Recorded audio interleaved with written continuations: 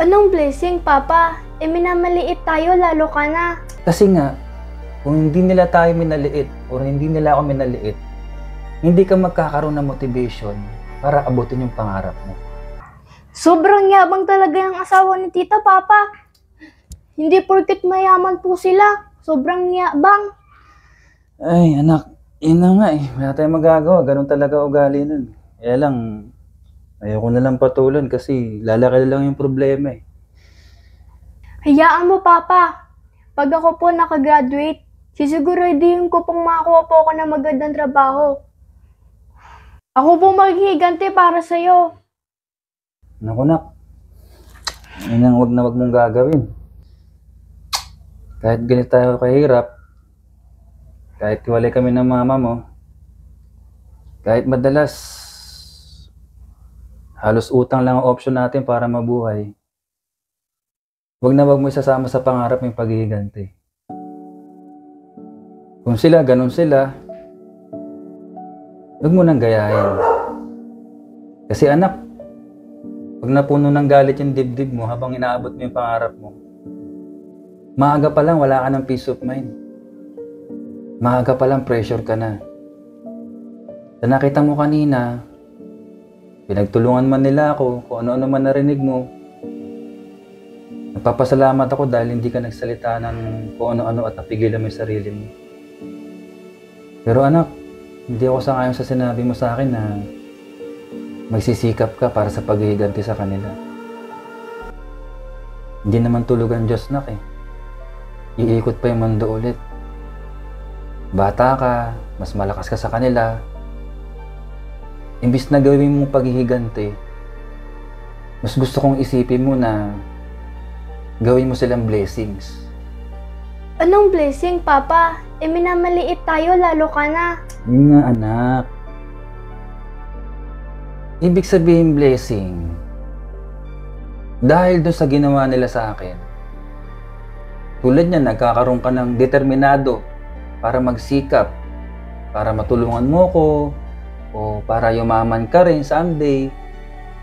Pag nandun ka na sa point na yun na nakuha mo na yung gusto mo, may iisip mo pa rin na, mas gusto kong una mang maramdaman sa dibdib mo na magpasalamat ka sa kanila. Bakit?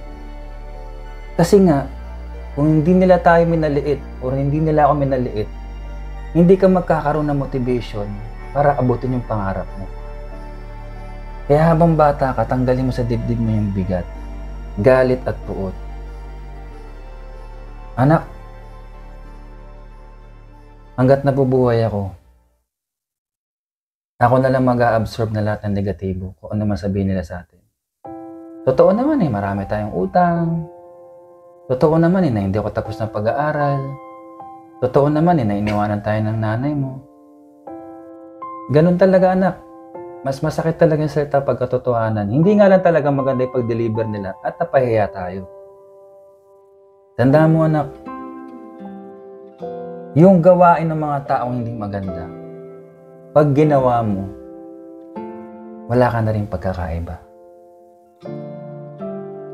Hanggat maaari, ipagdasal pa rin natin sila na huwag silang bumagsak o lumagpak ulit kung saan sila galing dati dahil sa naging ugali nila sa atin.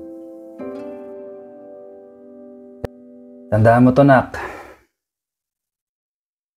Mas gugustuhin kong maging mahirap ka na lang kaysa maging kagaya nila pagdating ng panahon. Kaya tanggalin mo yung galit sa puso mo. Gusto ko, kung aasenso ka sa oras na yon, gawin mo silang blessing sa lahat-lahat ng tagumpay na nakuha mo. Ha? Saka bata ka pa, huwag mo masyadong pinipressure yung sarili mo para sa mga ganyang bagay. Hanggat buhay si Papa, safe ka. Ulitin ko, hindi tulog si Lord. Hanggat ginigising ako sa araw-araw, tingin ko may paraan pa rin siyang binibigay sa akin. At sana nga, kung di man ako nagtagumpay, ikaw yung magtagumpay balang araw. Anak? Okay po, Papa. Hanggang lumaki po ako, dadaling ko po yung payo nyo. Salamat, anak. Sige na. Ano ko muna ng pagkain natin. Ayusin ko lang muna itong kwarto natin. Ha?